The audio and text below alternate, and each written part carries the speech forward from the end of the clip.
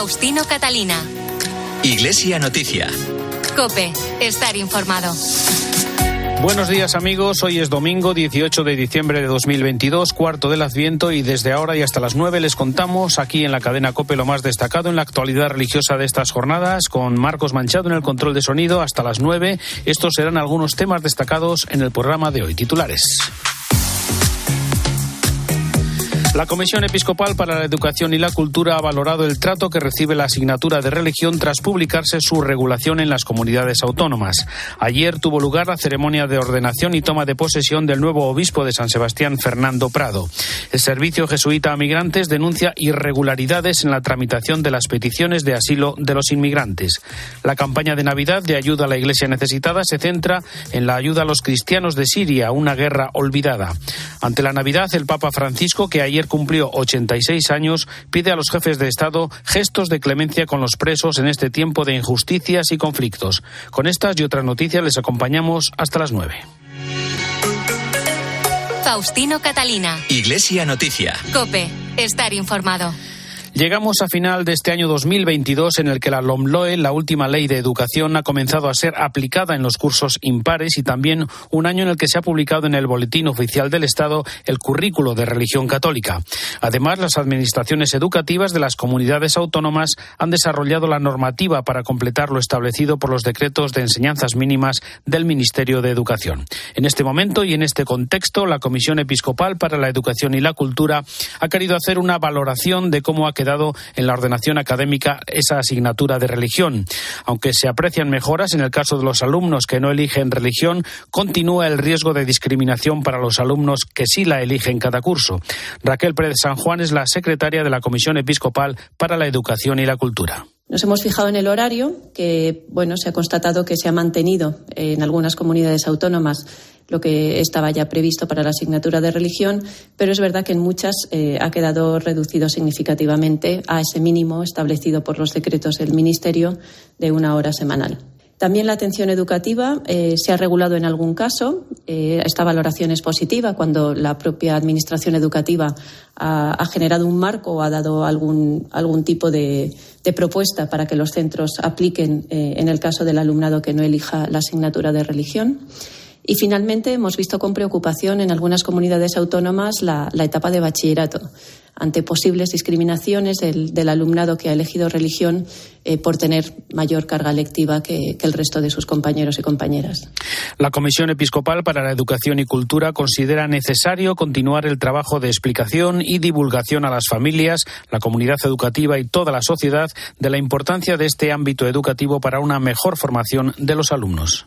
Es un camino largo, tenemos todavía que hacer avances en los diálogos, en la comprensión también de la aportación que hace la asignatura de religión al conjunto de los saberes, a las otras disciplinas. Es una asignatura que aporta también a las competencias transversales que atraviesan todo el currículo, por supuesto a la escuela y a toda la sociedad. Y no queremos de agradecer los diálogos que con las administraciones educativas se han podido establecer desde las diócesis. En cualquier caso, sí que esperamos que siga habiendo un camino de diálogo, de avance y de comprender la importancia de esta materia, de este área, en la formación integral del alumnado. En la mañana de ayer sábado tuvo lugar la ceremonia de ordenación y toma de posesión del nuevo obispo de San Sebastián, el religioso claretiano Fernando Prado, con el cardenal Aquilino Bocos como oficiante principal. El nuevo obispo nació en Bilbao hace 53 años, ingresó en la congregación de los claretianos en 1992 y fue ordenado sacerdote en el año 2000. Es licenciado en Ciencias de la Información y Periodismo en la Universidad del País Vasco, en Teología por la Universidad de Deusto y Teología de la Vida Religiosa en la Pontificia de Salamanca. Desde el año 2003, Fernando Prado era director de publicaciones claretianas, además de profesor del Instituto Teológico de Vida Religiosa y la Escuela Regina Apostolorum. Era capellán de las Madres Concepcionistas Misioneras de la Enseñanza y colaboraba con la parroquia de San Antón de Madrid, así como en varias revistas católicas, la cadena COPE y 13 Televisión. Con más información de la ceremonia de ayer desde COPE San Sebastián, Uxúa, Bilbao. Fernando Prado vivió ayer abrumado y agradecido la ceremonia que le consagraba como nuevo obispo de San Sebastián en una jornada de fiesta a la que, según dijo, espera corresponder. En una catedral del Buen Pastor abarrotada de invitados y fieles se vivieron momentos emotivos, como la bienvenida al nuevo prelado a cargo de niños de varios colegios tocando con sus tambores la marcha de San Sebastián o los espontáneos aplausos de los asistentes tras su consagración. Sus primeras palabras eran para los olvidados y los más débiles, cuya dignidad se comprometía y era tutelar. Mis primeras palabras son para vosotros, los que no contáis a los ojos de muchos, para los que habitualmente no hacéis historia y no formáis parte de la historia. Todo lo más, a veces formáis parte de una crónica en los periódicos, generalmente de la crónica negra. Mi cariño y cercanía para todos vosotros. A los ojos de Dios sois grandes.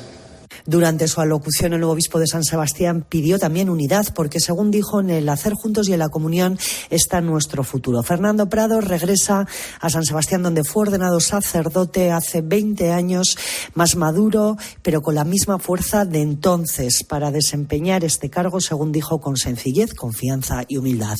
A la ordenación del nuevo obispo de San Sebastián asistió también ayer el colaborador de Iglesia Noticia, Antonio Pelayo. Buenos días. Buenos días, Faustino. Ayer sábado tuve el privilegio de asistir a la ordenación episcopal del claretiano Fernando Prado, nombrado por el Papa Francisco obispo de San Sebastián.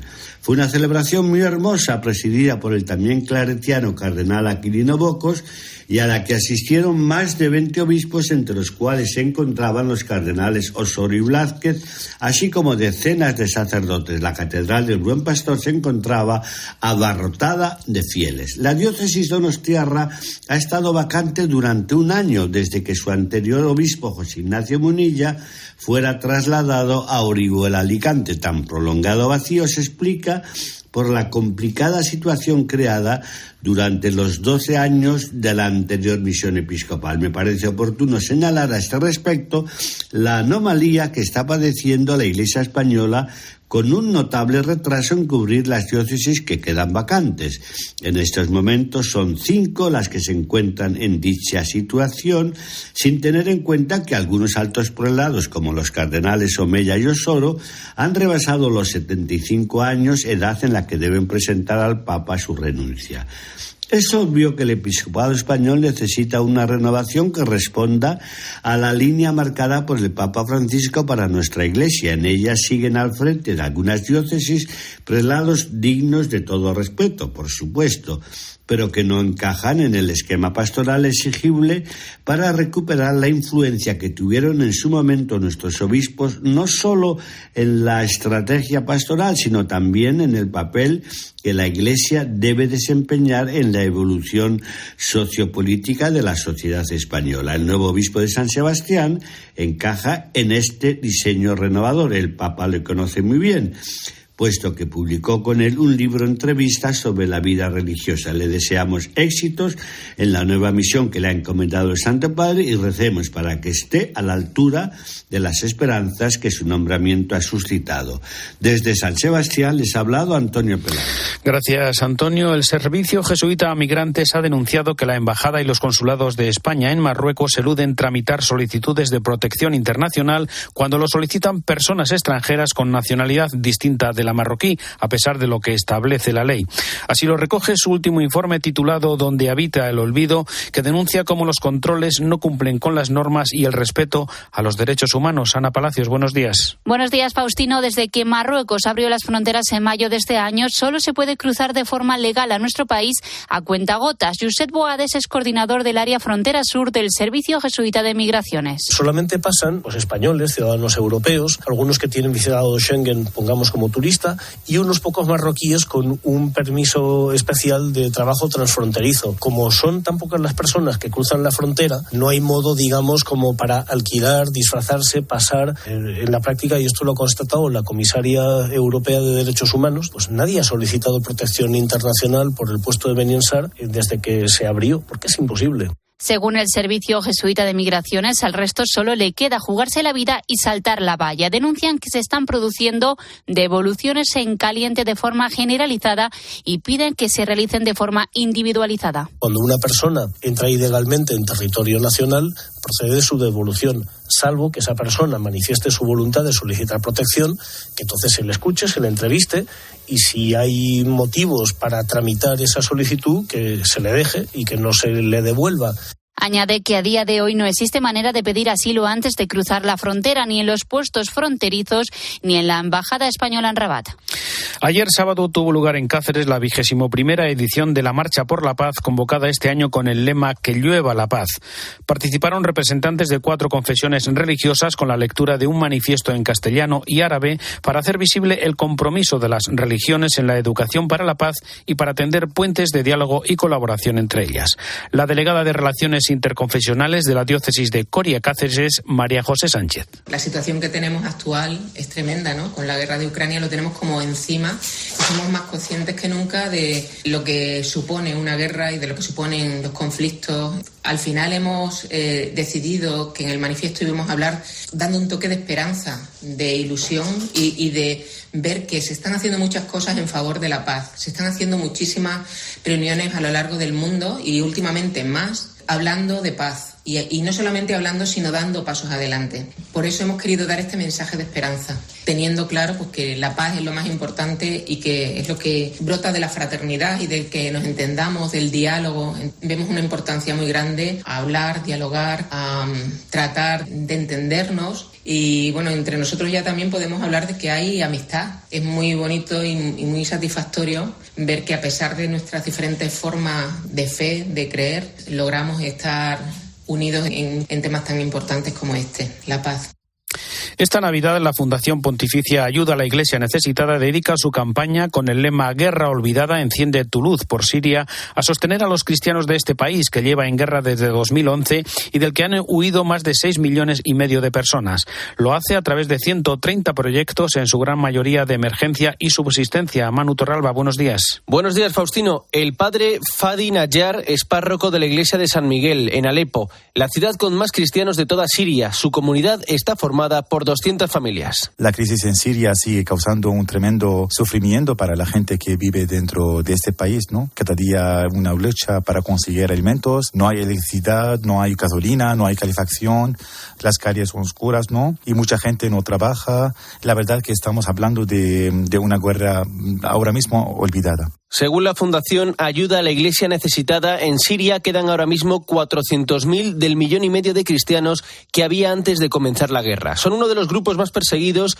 desde que el grupo terrorista Daesh entró en el país en 2013. Nosotros como cristianos pues seguiremos con la fe que tenemos, no vamos a dejar el país como sacerdotes. Esta fe que tenemos está en conjunto con un gesto de caridad, que hay muchas fundaciones más importantes que están trabajando mucho fuerte en la ayuda a la iglesia necesitada, ¿no? Que no olvidan este país. La Fundación Pontificia lleva a cabo en el país 130 proyectos, programas para jóvenes y ancianos, financiando la reconstrucción de iglesias, la manutención de sacerdotes y uno de los más importantes, el proyecto Gota de Leche. Como la leche ahora muy cara, tenemos centros y entonces la gente va cada mes a este centro para coger la leche, y esto desde el nacimiento del niño hasta los 10 años. Y entonces es un proyecto muy importante y nosotros, seguiremos que necesitamos esta ayuda de esta fundación. Puedes colaborar con los cristianos sirios a través de la página web ayudalaiglesianecesitada.org. Faustino Catalina. Iglesia Noticia. COPE. Estar informado. Navidad. Tiempo de familia, de reencuentros, de ilusión, de esperanza. Tiempo de fe. Este sábado, desde las 7 de la tarde, la Misa del Gallo desde el Vaticano. Sembra il ritornello di Dio in cerca dell'uomo. Y la bendición Urbi et Orbi del Papa desde la Plaza de San Pedro el día de Navidad y Año Nuevo. Patris et Filii et Spiritus Sancti. En COPE vivimos contigo la alegría de la Navidad. Hay una alegría tan grande como llevar agua potable donde no llega, tan vital como el acceso a la sanidad y a la educación en los lugares más olvidados, tan necesaria como alimentarse cada día. La alegría de vencer nuestra indiferencia y ayudar a hacerlo posible. No les des la espalda. Contra el hambre, actúa. Entra en manosunidas.org y colabora. Faustino Catalina. Iglesia Noticia. COPE. estar informado. Tiempo en Iglesia Noticia para la actualidad internacional nos lleva a esta hora hasta el Vaticano, donde el Papa cumplió ayer, sábado, 86 años. No hubo celebración especial de Francisco, que se prepara para presidir las principales celebraciones de la Navidad, que comenzarán con la misa de Nochebuena el próximo sábado. Lo que sí conocemos ya es el contenido de su mensaje para la Jornada Mundial de la Paz del 1 de enero, que pone el acento en que ninguno puede salvarse solo y en que todos juntos caminemos por los senderos que conducen a la paz.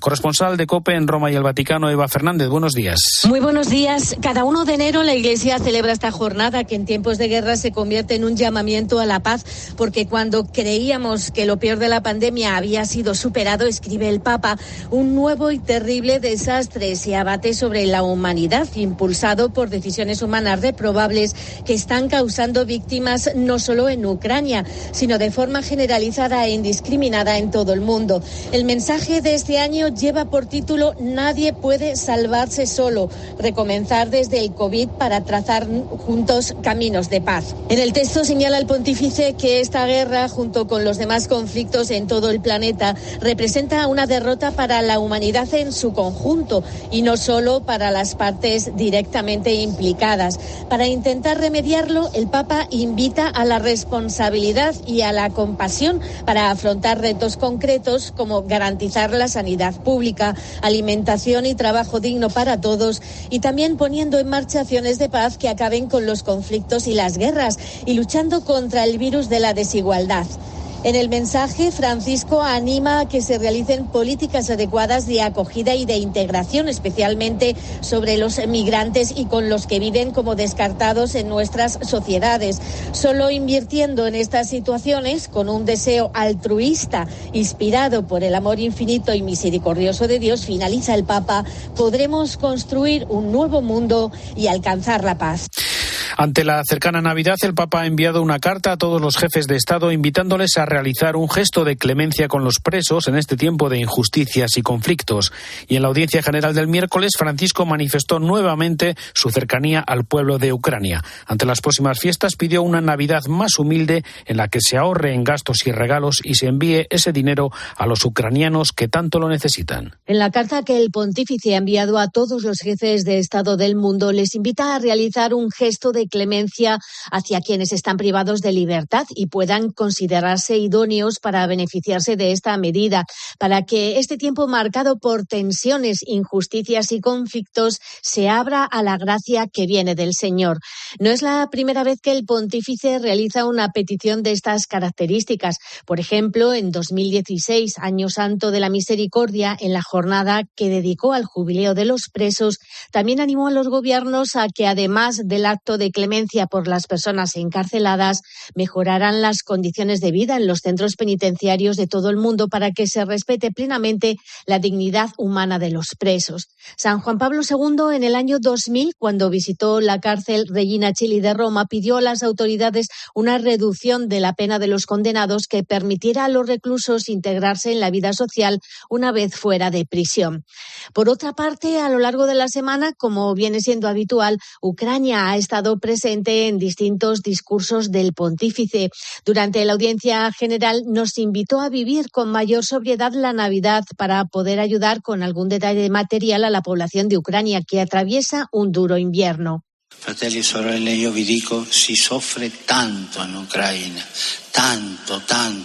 Hermanos, yo os digo, se sufre tanto en Ucrania, tanto, y os propongo que ante la Navidad, que es tan bonito celebrarla, reduzcamos un poco los gastos y lo que ahorremos, enviémoslo a Ucrania, que tiene necesidad, pasa hambre y frío.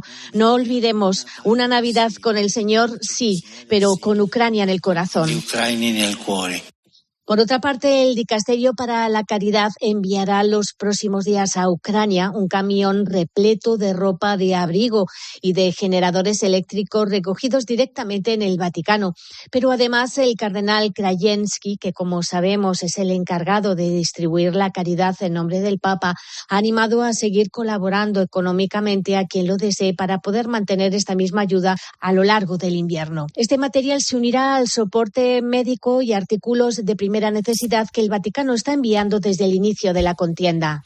Y tras conocerse las denuncias por casos de abusos, el superior general de los jesuitas, Arturo Sosa, ha confirmado las medidas cautelares adoptadas con el jesuita esloveno Marko Rupnik. Por otra parte, el cardenal Ouellet ha presentado un recurso por difamación ante la justicia canadiense por una demanda colectiva presentada contra la diócesis en la que fue arzobispo. Además, se han cumplido 10 años de la apertura de la primera cuenta oficial de un papa en la red social Twitter, @Pontifex, actualmente la del Papa Francisco, con mensajes en 9 idiomas y más de 53 millones de seguidores. Cuéntanos, Eva.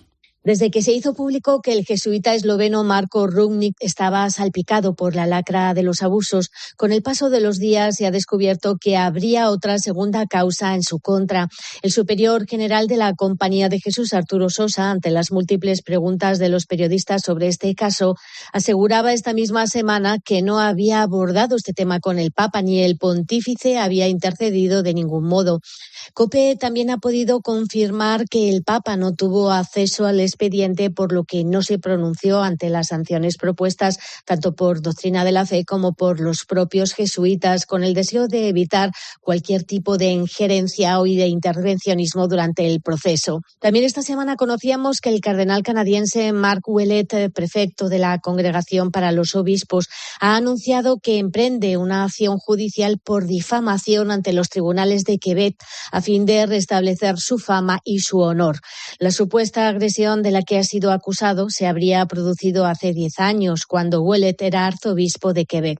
El cardenal rechaza firmemente estas acusaciones y tras realizarse una investigación, el Papa consideró que no había elementos suficientes para emprender contra él una causa canónica. El cardenal también ha anunciado que destinará la indemnización a la lucha contra los abusos sexuales sufridos por las comunidades indígenas de Canadá. La agenda vaticana también nos ha dejado una bonita efeméride. La cuenta oficial del Papa cumplió una década de vida. En este tiempo ha cambiado de titular porque el primero en estrenarla fue Benedicto XVI. Eso sí, cada día los mensajes del Papa son leídos y compartidos por miles de personas. Faustino Catalina. Iglesia Noticia. COPE. Estar informado. ¿Conoces la revista Vida Nueva? ¿Cómo no la voy a conocer? Hasta la lee el Papa Francisco. Cada semana adelanta todas las noticias y el mejor análisis de la actualidad de la Iglesia. Suscríbete a Vida Nueva y recíbela en casa semanalmente por menos de 9 euros al mes. Entra en vidanuevadigital.com y tendrás un 20% de descuento. ¿Qué ganas tengo de una vida nueva? UMAS, mutua especialista en seguros para el sector educativo. Ofrecemos una solución integral para los colegios y guarderías. Daños patrimoniales, responsabilidad civil, accidentes de alumnos. Más de 800 centros ya confían en nosotros. Visítanos en umas.es. UMAS, más de 40 años de vocación de servicio. Faustino Catalina. Iglesia Noticia. COPE. Estar informado. Más cosas, los obispos católicos de Tierra Santa han manifestado su preocupación sobre la vida política y social de sus comunidades en estos días que nos acercan a la Navidad. Denuncian el deterioro cada día del clima de convivencia pacífica y constructiva. Israel, Daniel Blumenthal. Pocos días antes de la jura del nuevo gobierno a ser encabezado por Benjamín Netanyahu, la Asamblea de Ordinarios Católicos en Tierra Santa emite un comunicado expresando preocupación por la situación política y social de las comunidades cristianas, bajo los designios de una coalición de gobierno que estará conformada por todos los partidos ultrarreligiosos, judíos y de extrema derecha electos al Parlamento. Ciertas declaraciones hechas por sus integrantes son muy divisivas hacia la comunidad árabe o no judía y contrarios al espíritu de convivencia pacífica y constructiva entre las diversas comunidades que integran nuestra sociedad, dice el comunicado, en el que se expresa también la preocupación que tales declaraciones crean desconfianza y resentimiento y sientan la base para más violencia. La Asamblea dice también que las escuelas cristianas en Israel están al borde de una crisis, ya que los recortes de la financiación del gobierno ponen en peligro el futuro de muchas de las instituciones educativas que aún juegan un papel importante en el campo de la educación dentro de la sociedad cristiana de Israel y los territorios palestinos. La creciente violencia entre estos dos pueblos es también motivo de gran preocupación. Ante estas Navidades también hay un lado positivo, el regreso de los peregrinos a Tierra Santa que devuelven la vida y el movimiento a las calles y callejones de Jerusalén, Belén, Nazaret y los demás lugares de peregrinación. Y volvemos a la actualidad en España. El pasado domingo cerró sus puertas en Plasencia la exposición Tránsitus, organizada por la Fundación Las Edades del Hombre, que ha tenido una gran acogida en tierras extremeñas, con las cifras que nos recuerda desde COPE en Plasencia. Gemma Díaz, buenos días. Buenos días. Un total de 130.121 visitas es el dato exacto. Monseñor Don Abilio Martínez Barea, presidente de la Fundación Edades del Hombre, fue el encargado de dar a conocer los principales datos de esta edición celebrada en Plasencia. Hoy Tránsitus se cierra con 130.121 visitas recibidas, una cifra magnífica. Esas personas han traspasado las puertas de la catedral, procedentes no solo de Extremadura, sino que los datos obtenidos nos dicen que han llegado personas de todas las comunidades autónomas de España y de gran parte de Portugal. El 81% de las personas que han llegado a Plasencia durante estos meses lo han hecho con motivo de las Edades del Hombre. Ante la magnitud de una de las obras, La Tentación de San Jerónimo de Zurbarán, se llevó a cabo la despedida de esta 26 edición que ha dado a Plasencia y a su diócesis la oportunidad de escribir un nuevo capítulo en su historia. Fernando Pizarro es el alcalde de esta ciudad y se mostraba triste por la finalización de esta, aunque agradecido por todo lo que ha significado. Más de 60 millones de euros en impacto económico y un 60% de incremento en visitantes con respecto al 2019. Fernando Pizarro. Una cosa muy importante entre todos los beneficios, y es multiplicar el grado de autoestima de una ciudad y de un territorio. Nos hemos sentido admirados, queridos y valorados de una manera especial, tanto como tanta gente ha venido y ha pasado por la exposición. Han valorado no solo Plasencia y su diócesis, sus gentes, sino el conjunto de Extremadura. Han podido descubrir muchos de ellos algo que no habían visto nunca, y es la grandeza de una tierra que ha sido protagonista de los episodios históricos más importantes de nuestra propia historia como nación. Por eso, hacer este recorrido era adentrarnos en el corazón de Extremadura, pero también del corazón de España. El aplauso más caluroso fue para los trabajadores que durante estos meses han estado en primera línea. Alcuéscar es un municipio de Cáceres. Allí vive desde hace 29 años, en el centro de acogida hospitalaria de la Congregación Esclavos de María y de los Pobres, Fernando Alcázar. A los 20 años tuvo la oportunidad de hacer un voluntariado y decidió quedarse. Su vida cambió y se ordenó sacerdote. Carla Otero. Hace 30 años, Fernando era un joven al que le gustaba salir de fiesta, estar con sus amigos y pasarlo bien. Pero se cansó de esa vida, no se sentía completo y decidió irse como voluntario a este centro de acogida.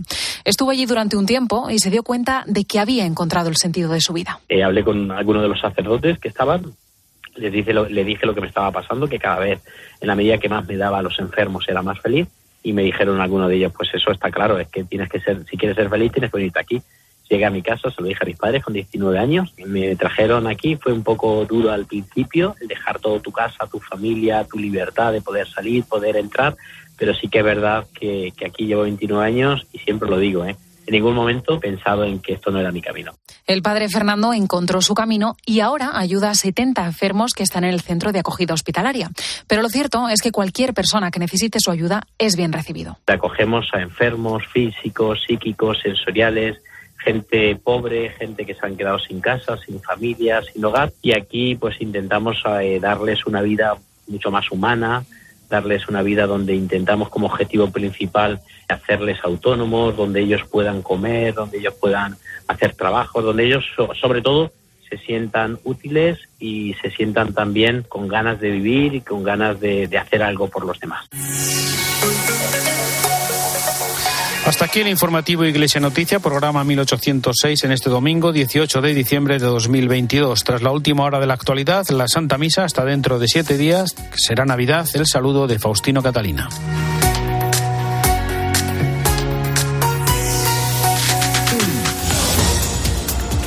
Buenos días. días. Mañana lunes se reúne el Pleno del Tribunal Constitucional para decidir si paraliza la reforma del Poder Judicial del Gobierno.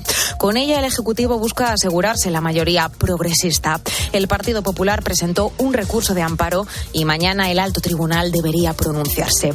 Por otro lado, Kiev vuelve a ser el principal objetivo de las tropas de Putin. La mitad de la capital continúa sin luz, aunque se ha podido recuperar el suministro de agua. En todo el país, 6 millones de ucranianos han vuelto a tener electricidad, pero varias infraestructuras energéticas continúan dañadas tras la nueva ofensiva rusa con el lanzamiento de 80 misiles. Mientras, en Perú ya son 23 personas las que han muerto en las protestas que se iniciaron hace justo una semana. Todo tras el intento de golpe de Estado de Pedro Castillo, que continúa en prisión preventiva, y el nombramiento de Dina Boluarte como nueva presidenta. Ella se niega a dejar su cargo, pero pide al Congreso que adelante las elecciones. Y este domingo es el gran día, la final del Mundial de Qatar entre Argentina y Francia. Ambas selecciones buscarán la que sería su tercera Copa del Mundo. Hoy, a las 3 de la tarde, arranca el tiempo de juego de COPE. Ahora te quedas con la Santa Misa.